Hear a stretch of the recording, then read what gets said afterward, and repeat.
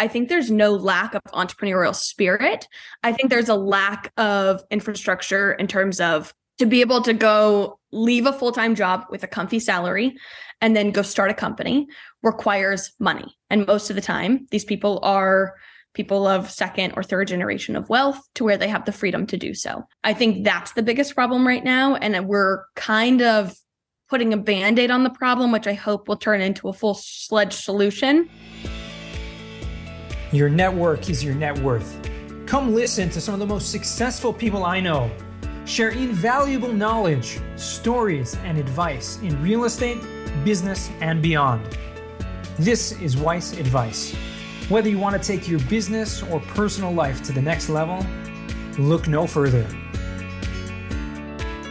Welcome back to another episode of Weiss Advice. I am your host, Yona Weiss, here on another fantastic episode with Sydney Phillips, all the way from Texas. Good morning. How are you today?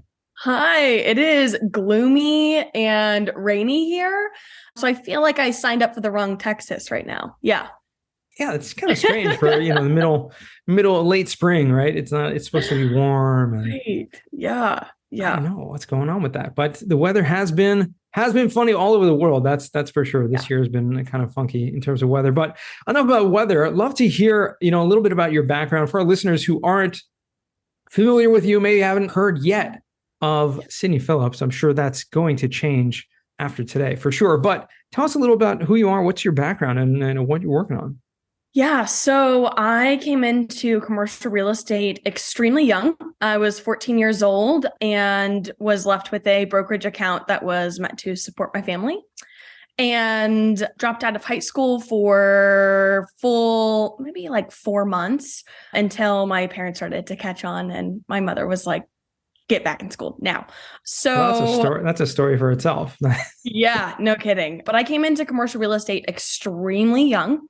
I'm building my 11th company right now, Zuke. I've been in everything from, commercial real estate development, investment, drones, feminine care products, pet care. I've built companies in every single industry that you can imagine.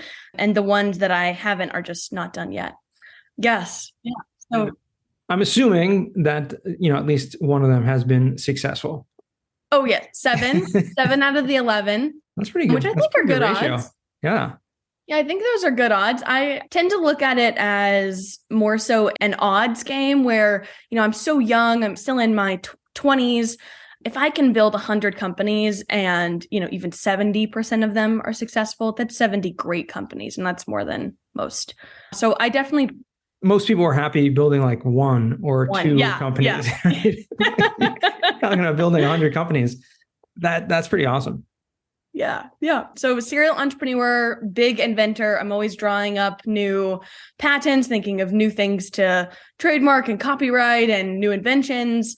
I speak at a lot of different events. And when I'm not working, I'm normally in a race car at the track, which is why I live in Austin. Wow. Okay. And from your bio here, it says that you are an eccentric futurist.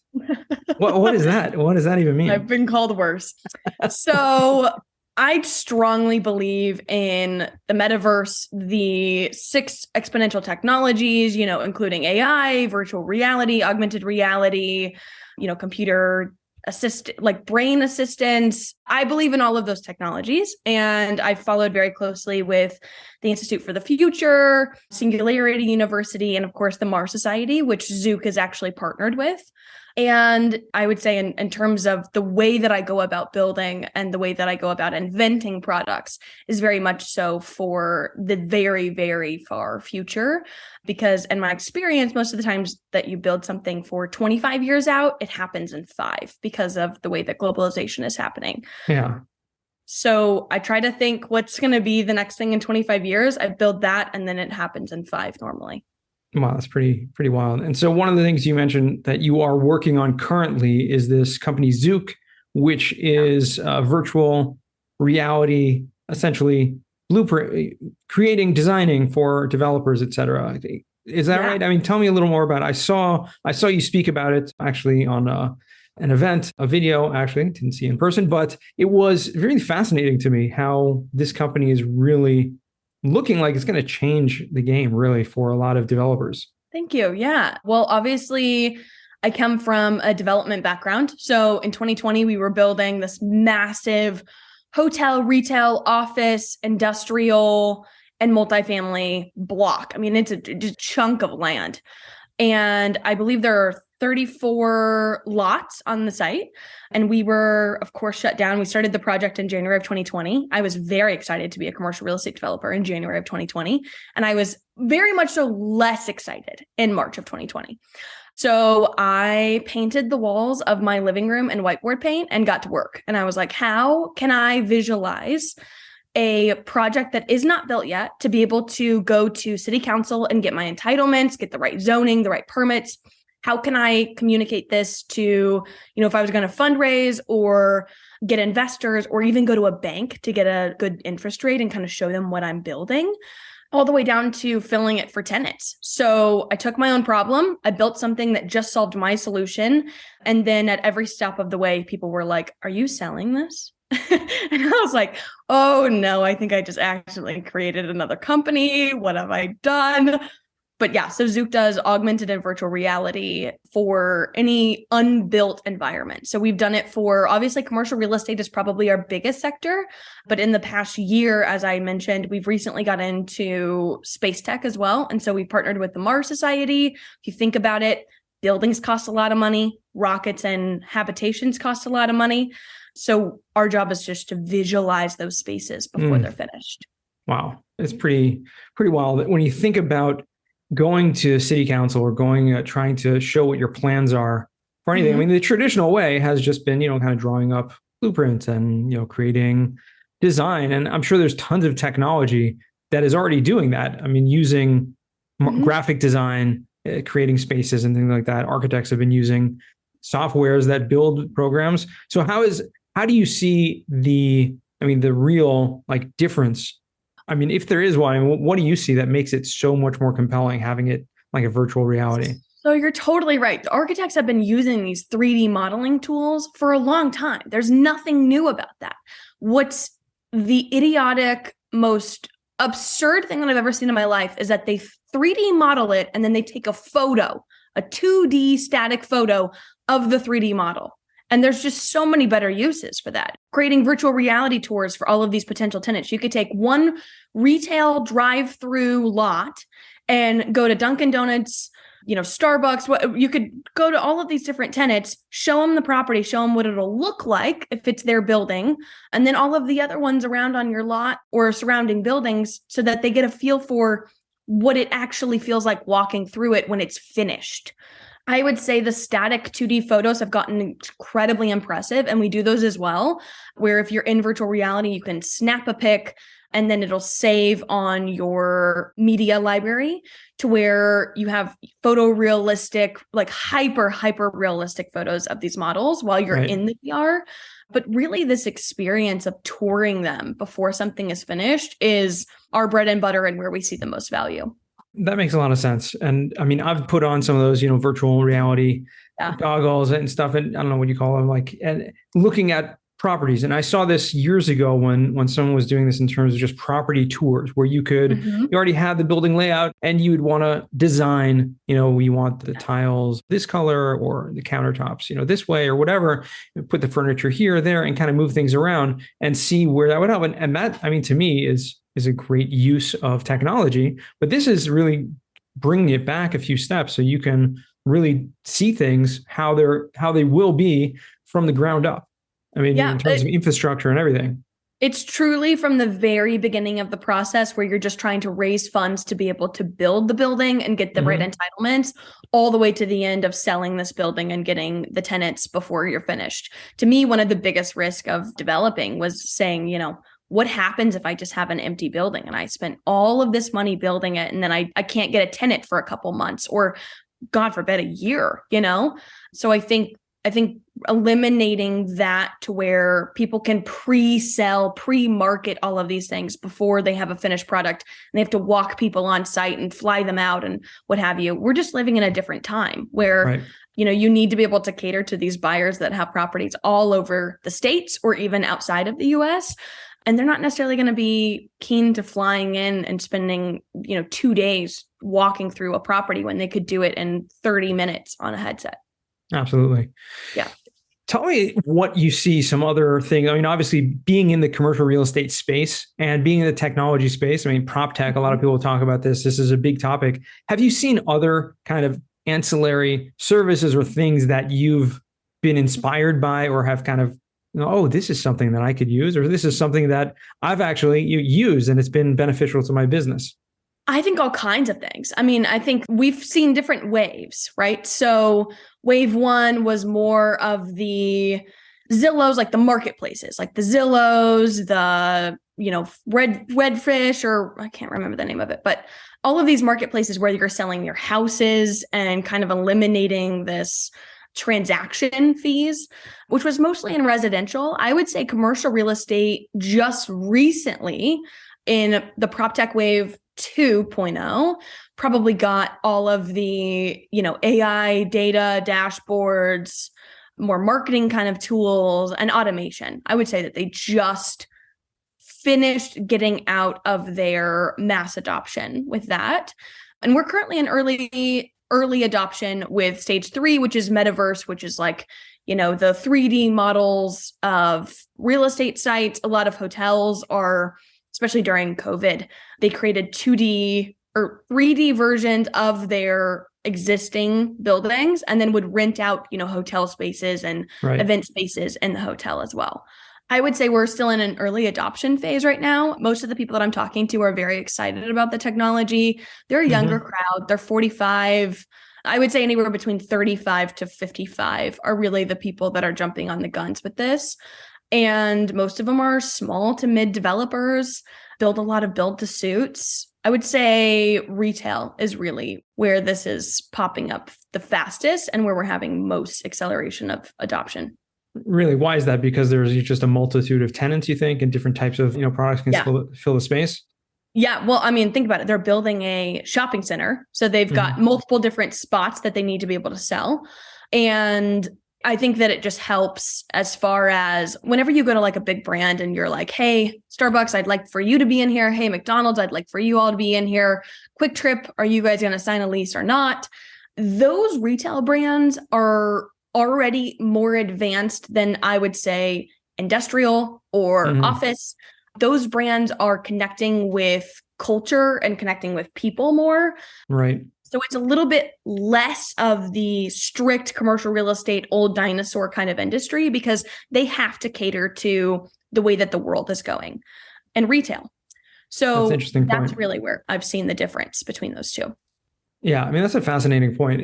You see the data that these, massive brands and corporations are putting into understanding the demographics and even the changes with QSR, type models and drive-throughs that have taken over in the past couple of years, just because of, that's what's been needed and that's what people are more interested in.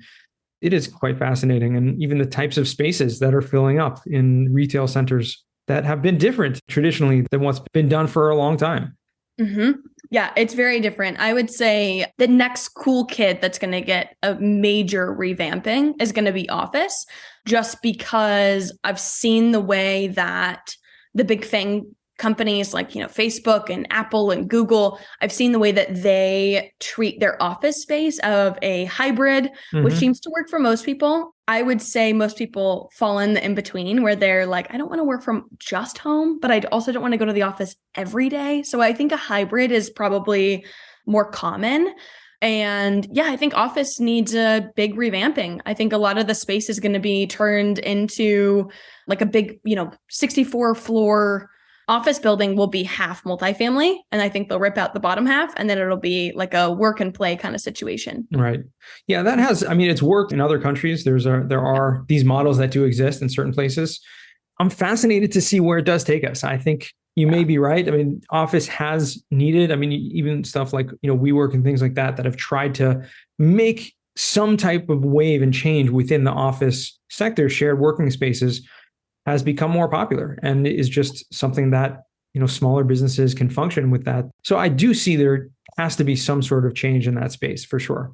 Multifamily is, there's not so much that can change. I mean, people just need a place to live. So do they want to live so close to where they work? I think they'll find it more convenient to live where they can shop, maybe. So having retail, that's already obviously been popular. Shopping mall, apartment buildings on top of shopping malls. But I don't know. I guess we'll have to see where it takes us. Yeah, I think the most interesting project to me right now that I'm following really closely, just to learn more about city infrastructure as someone that, like what I do all day long is I get to see these buildings that aren't built yet. People completely change the design, the floor plan, they add, drive-throughs, whatever else. And I get to see this process of how they're thinking about it. I think the most interesting project right now is actually the Line, which is going on in Dubai, where they're doing, work, live, play in one singular line. And it's very, very, very long. It's in the middle of a desert. So I'm interested to see how people react just psychologically to being just in this one little, it's almost like a cocoon, of this mass of humanity, and just the pure number of apartments and condos that they're building there. Right. It's fascinating to me. That's the project that I'm watching most closely. I mean, it is a little bit also of a different culture and society. Yes, so that may make a difference in terms of, who's going to be living there, what they're going to be doing there. Yeah, the American working class is not necessarily so open to that kind of stuff. Yeah, we like our space. Our space. We're real individualistic. Mm-hmm. Yeah, for sure. I mean, there's always room for change, though. We're definitely open to seeing what might happen. What else besides Zuke have you been working on that you are, obviously you talked about the Mars Society and the metaverse and these kind of things. Something we really haven't talked about much on this show. I'm just kind of curious what that means. Like, what exactly are you working on with them?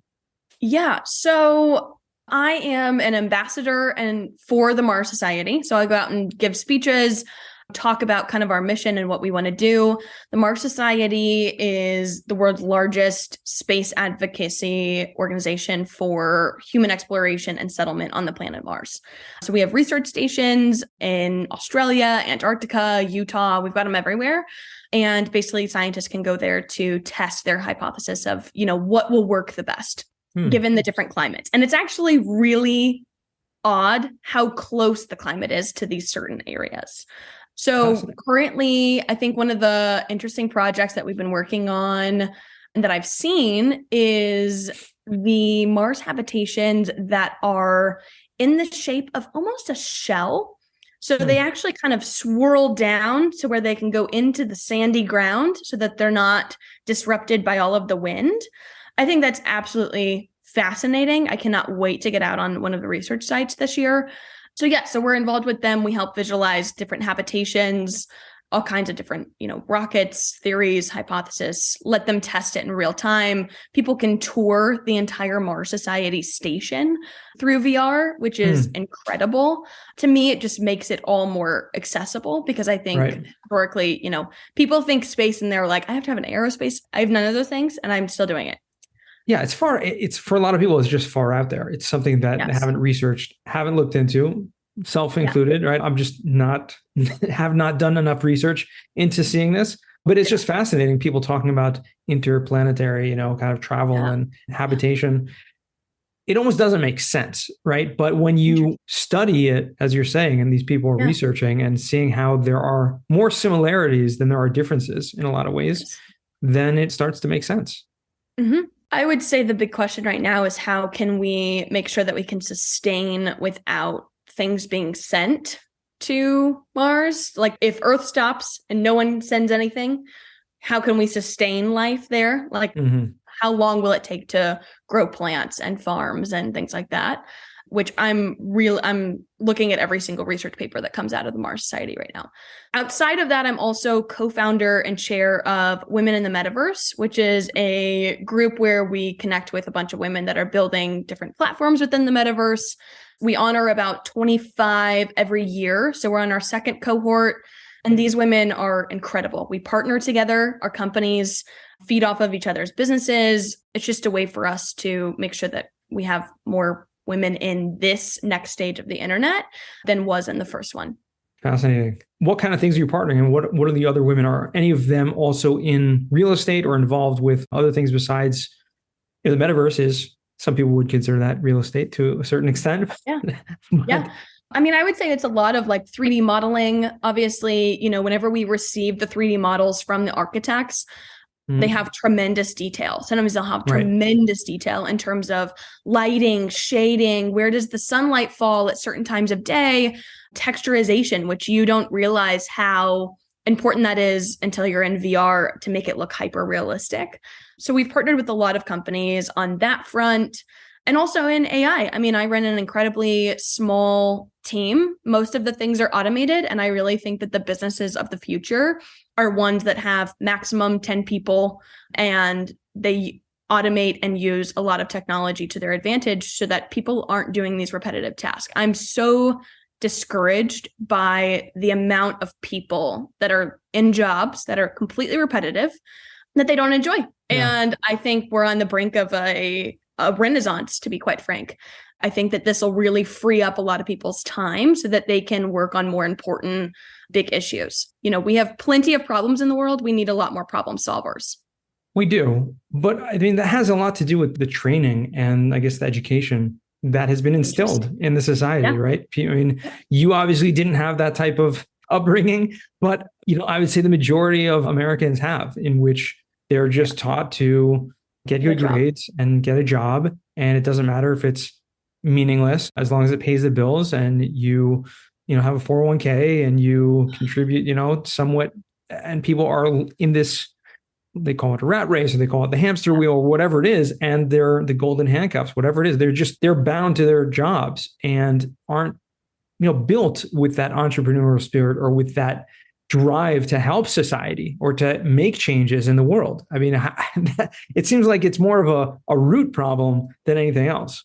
Interesting. I will say, I think I've had to stop answering calls from people that have an idea because a lot of people have ideas. And as far as I'm concerned, I think there's no lack of entrepreneurial spirit. I think there's a lack of infrastructure in terms of to be able to go leave a full-time job with a comfy salary and then go start a company requires money. And most of the time, these people are people of second or third generation of wealth to where they have the freedom to do so. Mm-hmm. I think that's the biggest problem right now. And we're kind of putting a Band-Aid on the problem, which I hope will turn into a full-fledged solution in terms of all of the capital that's being pushed into startups. I am not a fan of venture capital, but I think that it's very helpful for these first-time founders to be able to at least get their first exit. Right. Okay. I mean, I hear that. But again, it's still a tiny percentage of the population. I don't know. Maybe I'm in a different circle, but I hear people stop me on the street here in Austin. You live in Austin, right? Yeah. You do live in a different. Yeah, that's true. Mm-hmm. Yeah, that's true. It's like I don't know. I don't think that there is a lack of entrepreneurial spirit. I can't understand for the life of me that anyone would want to be in a job that they don't like. I happen to agree with you on that. I do. Yeah. I just see it. And I see how vast, I mean, you just look at the population, you look at the companies and people are just dreading it, and they're stuck and they really haven't been given any other choices. And you look at universities and you look at what people are being taught in universities. Yeah. They're not being taught to start their own businesses. They're just not. In some, vast majority.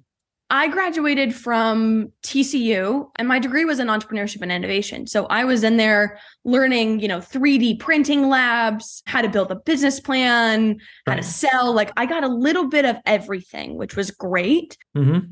And I've partnered, especially with Zuke. I think the pandemic really scared a lot of people and they went more safe. They either went more safe or they completely ditched everything and were like, I'm going to start the old thing. It's going to happen now. And then now they're panicking is my kind of experience with that. 2020, whenever we started Zuke, I absolutely wanted to work with a lot of women that wanted to start their own businesses. So we've had 23 interns come through Zuke that were women that wanted to start their own business. I bring them on for 3 months. I mentor them. I teach them how I run my businesses, the organization of it all. I have a very defined process and structure of how I filter through ideas, how I build the business, and then how we grow it and ultimately sell it. Wow. And I give them kind of this playbook, and it's always hilarious because now after almost 3 years. We're about 2.5 years in. Out of the 23, I've had, I think like 13 or 14 of them go on to start their own businesses. And it's hilarious. I'm like, now I don't have to pay for press because one of them started a PR company. One of them has a travel agency. So I never have to pay for a travel agency. She just tells me all of the great places to go wherever I'm going. It's worked out phenomenally for us. That's amazing. Yeah. It's like, creating your own incubator for, everything. Yeah. I'm like, now I have resources in every single part. Yeah. Digital marketing. I mentored her and she went and turned around in the next 2 months after our mentorship and started a digital marketing company. And then I was calling her in 3 months, like, hey, can you show me these TikTok ads? Actually. Yeah. That's fascinating. That's awesome. Well, Sydney, the time has flown by. I want to transition to what we call the final four. These are 4 questions I ask all my guests. First question, what's the worst job that you ever had? Oh, probably the only one where it wasn't my own company. Goldman Sachs. I was an intern in New York and I was working at Goldman Sachs and doing wealth planning and what have you. And I was about a month in and I remember thinking, if this is my life, I'm just jumping off this building. Bye. This is horrible. And I actually started my investment company while I was there. So I would say Goldman Sachs for sure. It was miserable. Yeah. But it was a catalyst. That's amazing. You learn quickly what you don't want to do, I guess, is the lesson there. I learned real fast. Yeah. I was real mad that I signed the contract for 3 months. I was like, I'm dying to get out of here. Wow. Yeah. Did you last the whole 3 months or did you stayed on? I would finish my work. I don't understand how these people work for 8 hours they just never gave me 8 hours worth of work to do. So I did like everything that I needed to do within 2 hours. And then I would just work on my own companies, build the business plan. I'd leave for lunch and I wouldn't take a lunch. I would just like go pitch at different accelerators and what have you. Oh yeah. Hilarious. I was all over that city. Oh, wow. That's awesome. What's a book you've read that's given you a paradigm shift? The Hard Thing About Hard Things. Talks a lot about being a CEO and that no job is going to prepare you to be the person that has to know everything and then you don't know everything. Mm-hmm. And just kind of how to balance that of, don't lie to your people when you're stuck. Ask the brilliant minds of the engineers and the people on your team for help. And also that entrepreneurship is extremely taxing. It's extremely lonely. And I think if you don't have a good, solid support system of similar people that are trying to build their businesses, it can be extremely isolating. So The Hard Thing About Hard Things was a complete paradigm shift. And that book was actually read in 2020. So that was a big year for me. Wow. Okay. Well, it's actually, I believe, the first time that book has been mentioned on the show. So make sure to add that to the list and put that in the show notes for anyone else to have to check that out. Yep. Yeah, absolutely. Third question, what's a skill or talent that you would like to learn? Oh, I want to figure out how to write my own patents because this is costing me a fortune and I would like to be able to do this by myself or at least figure out how to write them to the point where I can hand it off to a lawyer and then they can say, all right, this will pass, this won't. Give me a little bit of guidance there. I bought a couple of big how-to for dummies books, but to be quite frank, they are boring as hell. Yeah. And I am really struggling to get through that book. I'm trying so hard. I have this rule that once I start the book, I have to finish it before I can move on to the next book. But I am procrastinating that immensely. It's a hard read. Do you think it's something that AI could, have a solution for? I mean, all this thing with Chat GPT, like, creating these things. Absolutely. In the future. I think I need to know how to do it to be able to automate it, though. I'm very much so in that mindset of I need to be able to do it at least once to know what the process is and then automate it. Right. I mean, you need to be able to give the right prompts, to be accurate enough. Yes. Mm-hmm. For the output. Okay. Fascinating. Well, wish you luck with that. It's like a big challenge, writing your own patents. But listen, people do it, so it can be done. That's always the answer. Mm-hmm. Fourth and final question, what does success mean to you? My financial advisor just asked me this. I would say it's freedom. It's freedom of time, freedom of wealth. It's having enough to be able to do whatever you want whenever you wake up every morning. And whether that's starting more companies, painting on, a Tuscan villa, like whatever it is, I think that for me, it's about the freedom of time and geography and being able to just wake up any morning and do whatever I want. And right now, the only thing that I want to do is build virtual reality. Right. And that's pretty awesome. I mean, the fact that you're passionate about it and it drives you, clearly there's a lot there. It's fulfilling. It's making change in the world. And hopefully you'll be alive to see the fruits of the labors that come out from this. I hope so. My goal is not to die on this planet. Mm-hmm. If I died on this planet, I did something gruesomely wrong. Yeah. Fascinating. Awesome. Well, Sydney, where can our listeners find you or reach out to you if they want to? Yeah, on LinkedIn at Real Sydney Phillips. And then if you want to check out Zuke, we're just Zuke AR on LinkedIn, Twitter, Instagram. The business has all of the socials. I do not. I'm only on LinkedIn. All right. And that's Zuke. Yes. Awesome. Mm-hmm. Awesome. Thank you so much for joining me today, Sydney. It's been fascinating. It's been a pleasure to speak with you. Of course. Thank you for having me. Well, until next time, our listeners, you guys are awesome for tuning in once again all the way to the end. And remember, until next time, the best advice comes only when you ask. Real quick, I have one question for you. Did you like this episode? If you did, I want to ask you a huge favor. See, the biggest thing that helps this podcast grow and that will spread this message to the whole world is that if you leave a review, a rating, and subscribe to the podcast. What that does is it basically tells the platforms that this podcast is out on is that you like my stuff and I'm doing something right. So take a few seconds out of your day, hit that subscribe button, leave a rating or review. I would be extremely grateful. Also, I want to hear from you guys. So I want to hear some feedback. If you have any questions for future episodes, please find me on LinkedIn, send me a DM, a connection request, Yona Weiss, and I'd love to hear from you.